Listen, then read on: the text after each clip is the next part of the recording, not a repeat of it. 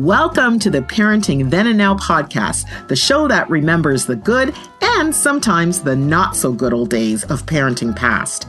I'm your host, Samantha Kemp Jackson from the Multiple Mayhem Mama blog, and every week we'll be talking about how things were then and how they are now, parenting through the lens of the ages, if you will. Now, whether you're a parent, a kid, or someone who used to be a kid, you'll want to stay tuned as we reminisce about the past, embrace the future, and marvel in the present how things have changed. If you're ready to glance back in time at kids, parenting, and the good old days, you're in the right place. So sit back, relax, and let's take a trip down parenting's memory lane. I hope you enjoy this episode.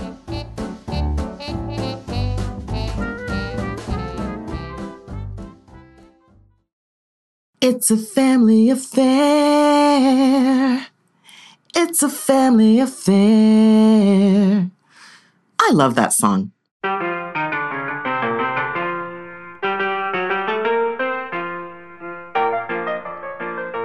Yeah, Sly and the Family Stone sure had something to say about the importance of family in their famous tune from 1971. It wasn't groundbreaking or anything, but it was true. He had a point. And speaking of family affairs, wasn't that the name of a popular TV show from the late 1960s? And while we're talking all things retro, let's not forget about Alex Keaton, star of Family Ties, one of the 1980s most popular shows. I mean, come on. There was only one thing that he may have loved more than his family: money. So, okay, he wasn't perfect, but he did have some standards, didn't he? The fact of the matter is that whether or not it's a TV show, a song, or real life, family is what it's all about. Your family is your first foray into the real world. They're a buffer between you and the elements, both emotional and physical. They're there to nurture you, to comfort you, and to chastise you, and not necessarily in that order. They're ideally there to be your soft place to land when the going gets tough. And for those of us who can say that our families are indeed the source of comfort, let's count our lucky stars.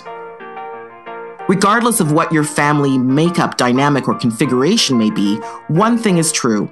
We care more than anything about what our family thinks of us, and our families and the lives we live with them have an undeniable effect on who we become as people and how we navigate this strange and crazy world. In other words, it's always a family affair. And, well, if it isn't, it should be, at least when we're talking about the topic of kids and growing up. Family life takes on many different shapes, there's no denying that, but the changes to the modern family have not been as notable as they have been in the past 40 years or so.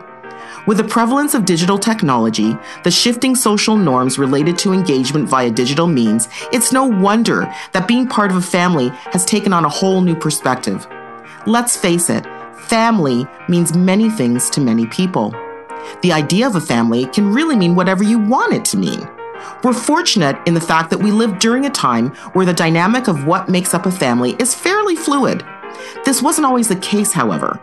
In recent modern times, there were very stringent rules about what a family should look like, and the roles that were played within these families were pretty rigid.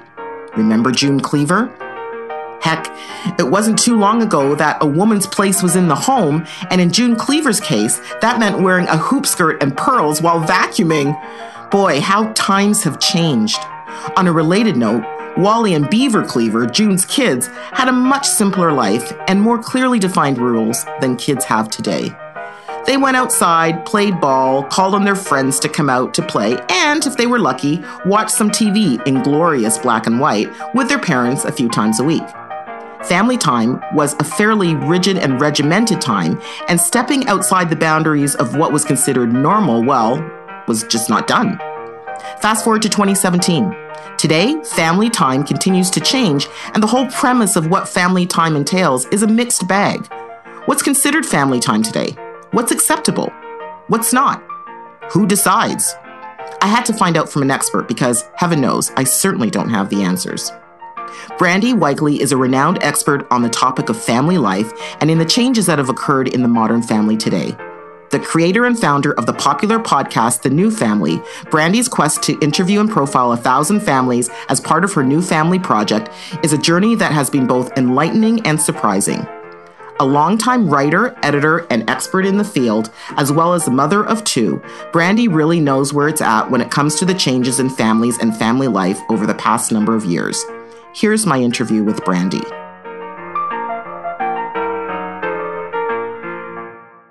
Welcome to this episode, Brandy. We have Brandie Weikle. She is the host, founder, and creator of one of my favorite podcasts, the New Family Podcast. And it's a really unique podcast in that its mandate is to find 1,000 families that showcase the variety and diversity of family life in the world today. Welcome, Brandy. Hi, Samantha. Really looking forward to chatting. I'm really so excited to have you on the podcast. I listen to your podcast often, and I'm always really struck by the variety and diversity of guests that you have on the show. So could you tell us a little bit about how you derived the idea for the New Family Podcast? Sure. For a long time, I have worked in the area of parenting as my journalistic specialty. In fact, I was an editor-in-chief of a parenting magazine, and I worked at various different places. So I had sort of an inside track on the fact that, well, when we talk about family, there's still this default voice that most families look like mom, dad, married mom and dad, in kind of a traditional relationship with the 2.1 kids and the golden retriever and the white picket fence. And that if your family doesn't quite look like that, you can be a little excluded. Sure, there might be sort of the annual look at a same-sex family, or once every couple of years they'd explore adoption in a parenting magazine, but those voices wouldn't be scattered throughout the regular reporting of stories on all kinds of different issues. So I had this URL, thenewfamily.com, in mind to do something with it. And when I had the chance, I decided that I would launch my own website with a mandate to find 1,000 ways to be a family and share those first-person voices in a guest blog series, and also tackle a lot of kind of contemporary parenting issues in my own writing, and now also with the podcast. It's amazing. And I will just, unabashedly say that everybody should go and subscribe and download Brandy's podcast. It's wonderful. And I've never seen a diversity in range of families as I have through your podcast. So thank you for what you do. And we can find your podcast on iTunes and all of the great podcast providers, and we'll put that information up on our show notes. So with all of that said, I wanted to speak with you because I feel like you're an expert of sorts in terms of the variety of families that have, come out of the shadows, as it were, in the last little while, primarily due to the way that our society has changed over the years, our acceptance of our differences, and also the fact that, you and I are actually quite fortunate in living in a very diverse city, Toronto, Ontario. So, within the lens of this particular podcast, Parenting Then and Now, can you tell us a little bit about when and where you grew up? So did you grow up in the 70s, the 80s, where you grew up, and what your family life was like? You bet. So I was born in 1974. So my childhood upbringing would have been in the 70s and 80s, like when I was a kid. And I actually lived in Alberta for the earlier part of my childhood. So I was born in Calgary, and then I lived actually rurally. This is something that I don't talk about that much, but I lived in a mixed farm and ranch in rural Alberta with huge wide open spaces. Wow. Between ages of 3 and 13. And then I moved to Victoria. My parents split up and there was some big changes. So I actually had sort of a West Coast childhood in my teen and formative years, and I had an Alberta home on the range kind of childhood prior to that. Sounds lovely. Wow. You probably had some really interesting experiences too with both of those lifestyles. Honestly, I went from riding horses to kind of peering my face over the side of a dock looking at jellyfish in the Pacific Ocean. So I was fortunate in terms of having a lot of different lovely experiences in childhood. So what would you say, Brandy? I guess, one of my standard questions for the podcast is, what would you say were some of the typical experiences that you had as a child growing up? And because you have this very unique experience, you've probably got a few. What would a typical weekend look like for you when you were, say, 8 or 9 years old? It would have featured a lot of being outside. As I mentioned, we had this wide open space. I think we had something like 1,200 acres. And we had these old overgrown orchards that we would disappear into and climb those trees. And we had a dog who we loved to chant to. We would chant her name, Mossy, go Mossy go. She would do circles through and just to show off how fast she could run. So, Brandy, it sounds like you've had some really interesting experiences and some really great memories of growing up in BC and out west. I really did. I had the privilege of having this 10-year period on a mixed farm and ranch where we had horses and all the kind of responsibilities kids tend to have as farm kids, and loads of room to roam and play with our dogs and our cats. And then when I was 13, I moved to Vancouver Island, and suddenly we found ourselves in a property with a dock down to the Pacific in the Saanich Inlet, marveling at the jellyfish and that sort of thing that were there. So I did have sort of a big breadth of experiences in my childhood, which I think has sort of contributed to who I am today, just in terms of, understanding different regions of our country, for instance. Yeah, it sounds lovely. And, it's actually a really good segue into what this podcast generally is about in terms of how parenting and being a kid was, a number of years ago and how it is now. So it sounds like from your experiences, seeing jellyfish and going down to the water, it sounds like you had almost an idyllic childhood, but it also sounds like it was very low tech. Is that correct?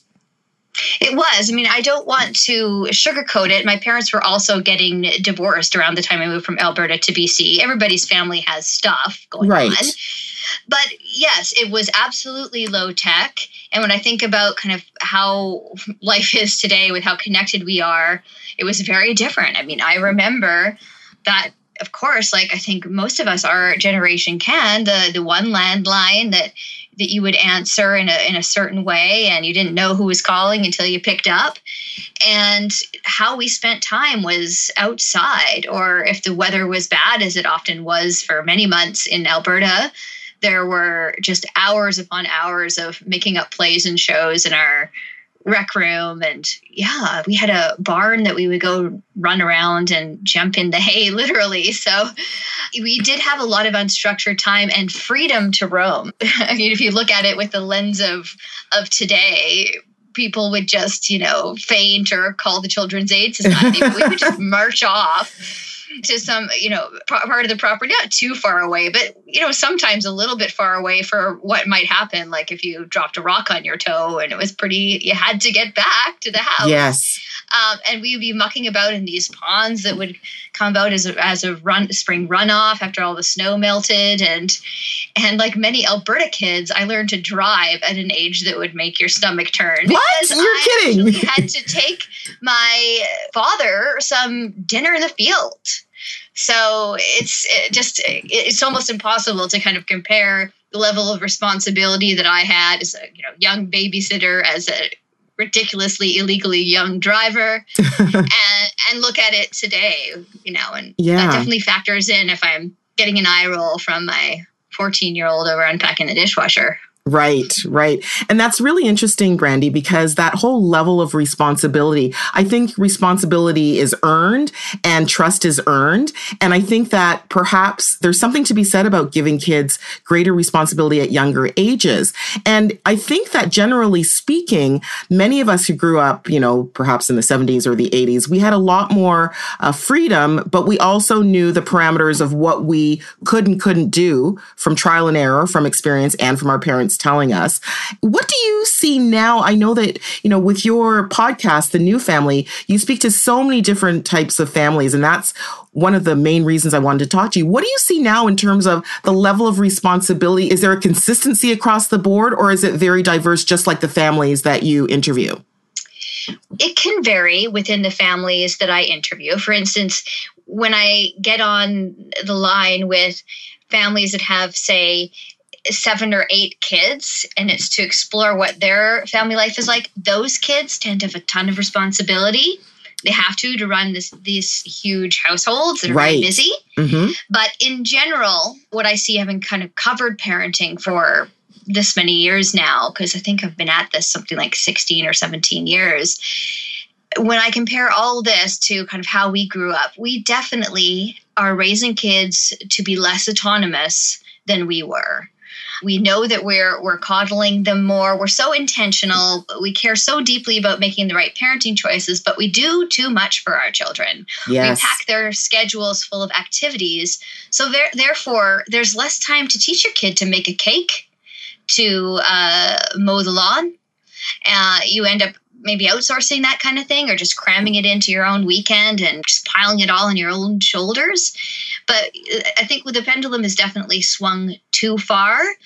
And we're now seeing, I think people are waking up to the results of helicopter parenting to that level, because the first cohort of very helicopter parented kids is going through university and entering the workforce now. Mm-hmm. And you hear these nightmare stories of people, interfering with at the school level with calling profs and that kind of thing, because they haven't taught their children to be autonomous, Mm-hmm. to figure out how to advocate for themselves, to take responsibility. And I really do think we need to ratchet that back and make room in our lives for helping our kids to become adults a little bit at a time. I absolutely agree with you 100% on everything you've said, because, I've talked about this a lot on my blog and in media, just about the whole specter of helicopter parenting that we're living under, and the fact that we're not doing our kids any favors by doing everything for them. It's really interesting that you mentioned kids getting to the university or college level and not being able to stand for themselves, because I spoke in a previous podcast with Jackie Morgan McDougall. She's a friend, and she talked about instances in the US whereby parents were actually filling out the application forms for their kids for college and university, which I think is craziness. Because if you're at that level in that age where you're theoretically going off to another place to go to school, you should be able to fill out your own application. So I agree with you in terms of the level of responsibility that we've taken away from our children. And I think that there are definitely repercussions. So you talked about the cohort now that has been helicopter parented. And where do you see that going in terms of, you've talked about their lack of ability to perhaps be as autonomous as they could be, but how do you think that's going to translate into their family life and into their kids? Because they're going to have their own children. They're going to be, parents one day. Do you think we're going to be regressive or progressive as they become parents? I don't know whether they will swing it back the other direction, whether it'll be quite a shock when the weight of responsibility of parenting descends on them. And if they haven't kind of had the long transition to adulthood that starts with learning to do your own laundry when you're a preteen and that kind of thing, if they find themselves kind of going from your nest to, say, university, and then they get into a relationship right away, I kind of wonder how that cohort will do with one another. Yet I think among my own peers, I think we're starting to have more conversation about what life skills our kids are learning and where we need to come with that. Like, word is getting out about the effect that may have had on the kids in their 20s now, as they made their way through university and perhaps encountered quite a bit of a rude awakening when they realized how much they had to fend for themselves if, say, they went to university in another city or town. And I don't know, I like to think that we are trying to shift it back in the other direction, but that really takes a willingness to take some other stuff off the plate. And if you let yourself, like, just touching briefly on the extracurricular thing, if you, in theory, want to teach your kids more life skills, but you keep piling on the programmed activities so there isn't any downtime for that, then you don't find yourself making banana bread together on the weekend. Right. Or getting out into the garden and pulling weeds. So that actually, I think, requires us to be willing to have, say, a sober second look at everything that we're doing. We don't necessarily need to get pulled along by the machinery of this level of hockey that my kid happens to be good enough for. I hear more among my peers of families sometimes deciding, for instance, that it's great that my kid got on that team, but we're actually going to play a level down because we don't want to have that level of commitment. Really? You know? I'm starting to hear that anecdotally.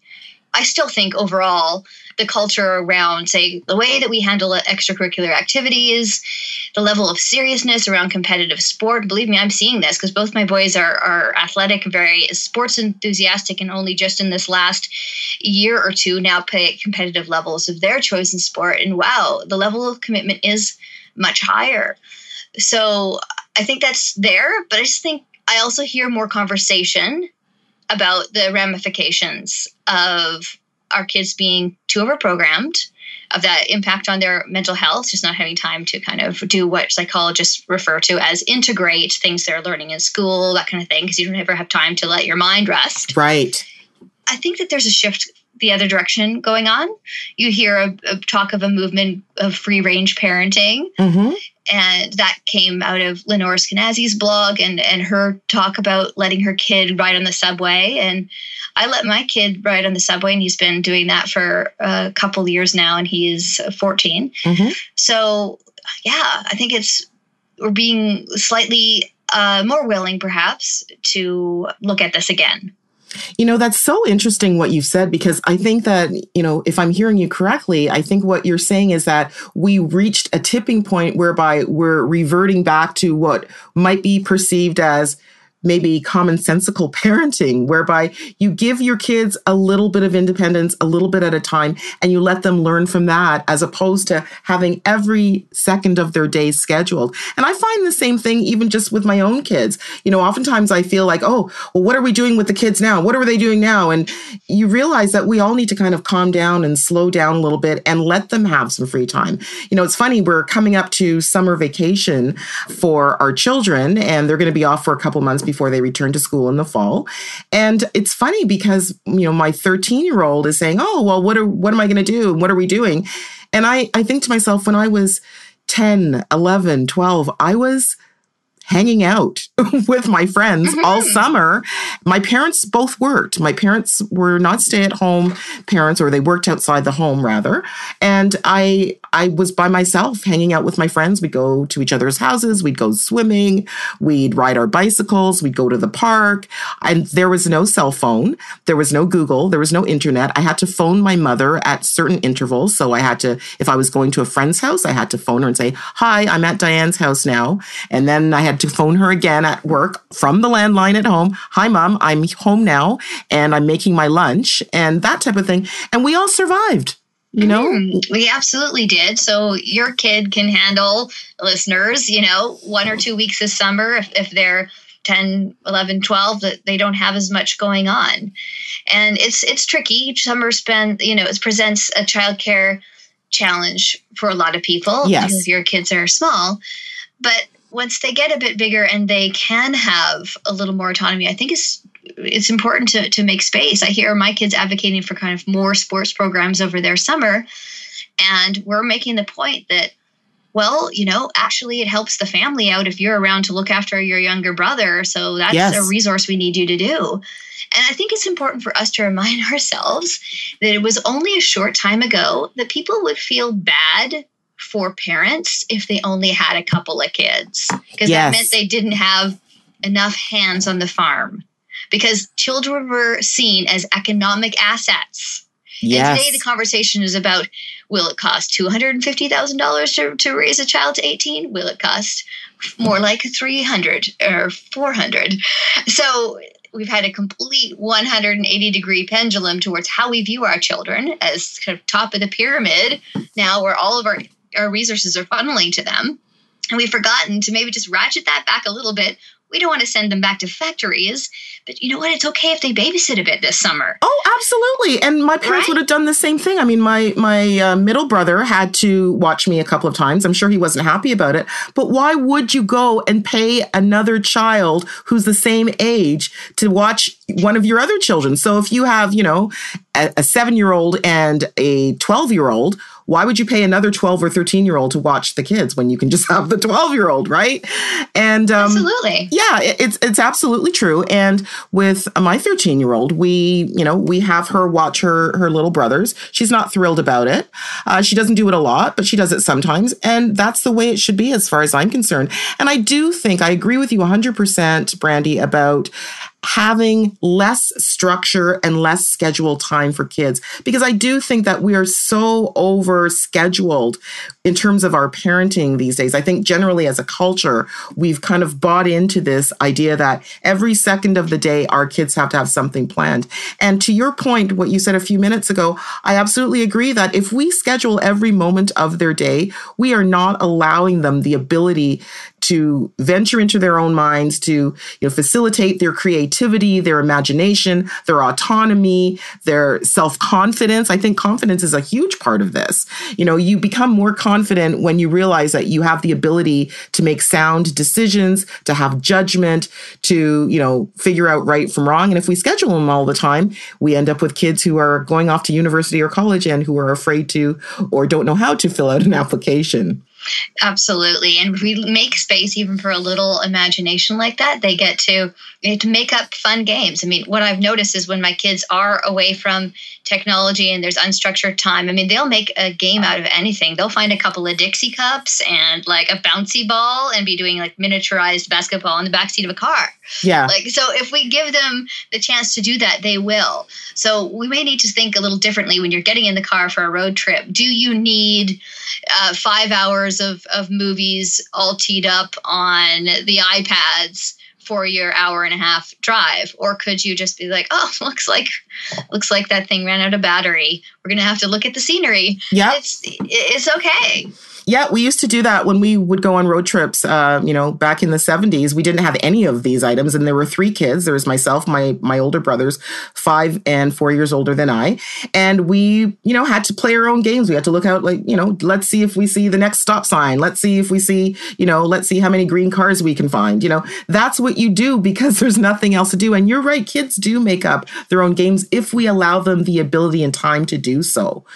That kind of leads me into another group of questions that I think you would be an expert in answering, just about generally what you've seen and heard from your interviews on the new family about structured and unstructured time and playtime. So I know that, you've got a very unique perspective interviewing so many diverse types of families. But do you find, Brandy, that there's a consistency in terms of how parents plan their structured or unstructured time and how they play within the family unit? I think that we're all much more structured than we were. So I think that kind of tends to apply to all families, whether you're more conventionally heteronormative married couple or whether 2 dads or 2 moms or adoptive foster parent situation, we all in general have more structured family lives than a generation ago. Definitely. That's fairly universal trend. We're all striving to try to make more time for family dinner, striving to make more time for family game night, knowing that we're a little too full, wondering how to change that, hoping to change that. When I think about some of the families that have a little less structure, I think those who have made, say, changes to move out to rural areas have done so because they are really, really wanting to have a different lifestyle like that. So if perhaps they wanted to have a more rural or country setting, I talk to people who are kind of reimagining their lives in different ways. And sometimes that's about getting away from traffic and the level of intensity around the kids' activities when they were in the city. Mm-hmm. That's not to say you can't get yourself booked every night of the week in a smaller, medium-sized town in Canada or wherever you are doing hockey at an intense level. But I do hear some people kind of reimagining their lives or have purposely picked a kind of lifestyle that is allowing for more mucking about in the woods. That's really interesting. So do you feel that that's a reaction to how busy and structured and stressful our lives have become in the last 20 years or so? Yeah, it's mostly anecdotally, but I have over the years, whether it's in the new family or in some of my previous roles, talked to quite a few families that have made dramatic changes.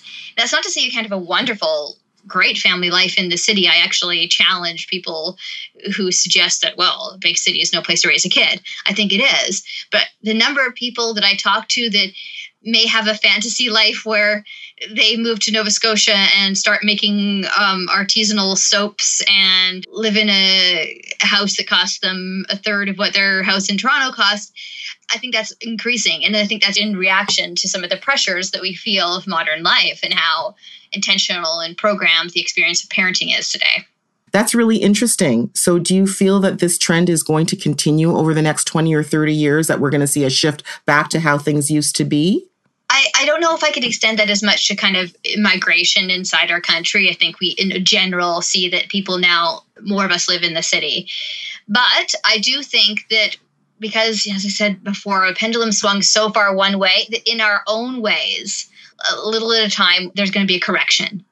And I don't think that necessarily means that everybody will be going totally unprogrammed and having their kids in hardly any activity at all whatsoever. But I think that there is a shift a little bit back in a direction, not to the complete unstructured 70s, 80s childhood experience that you and I had, but to something maybe a little closer to that. Wow, that's very insightful. Now I have one last question for you, Brandy. If you could speak to a mother or father from the future, so if you could go into the future in your time machine and give them your best sage advice about being a parent in their time with their kids, what would it be? That you were never really meant to do this whole thing alone, that having a community around you, sharing the load is extremely important. We have this idea today that we are meant to be surviving in quote unquote nuclear families, which is really a very recent idea in our whole history of humanity. And we're not really meant to do that. We're meant to have friends and aunties and uncles and grandparents around us. So migration today means that we often live far away from our families, but we can create that through chosen family. And if right at the start with having kids, you're willing to consider starting to get to know babysitters, letting good friends watch your baby for an hour while you go to the coffee shop, you set yourself up for a much happier, more sustainable family life. Wow, such sage words, such great advice. Thank you, Brandy. What a great way of ending this podcast. Thank you so much for the time that you've spent giving us some perspective on family life, as you're an expert on family life. And I really appreciate the time that you spent today. Oh, it's been such a pleasure talking to you.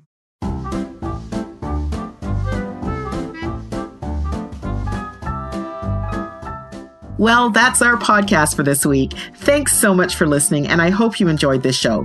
For more information, visit the show's website at ptanpodcast.com. There you'll find the show notes, the latest episodes, and more. If you like this podcast, please subscribe in iTunes and rate us in the iTunes store so that people like yourself can find our show.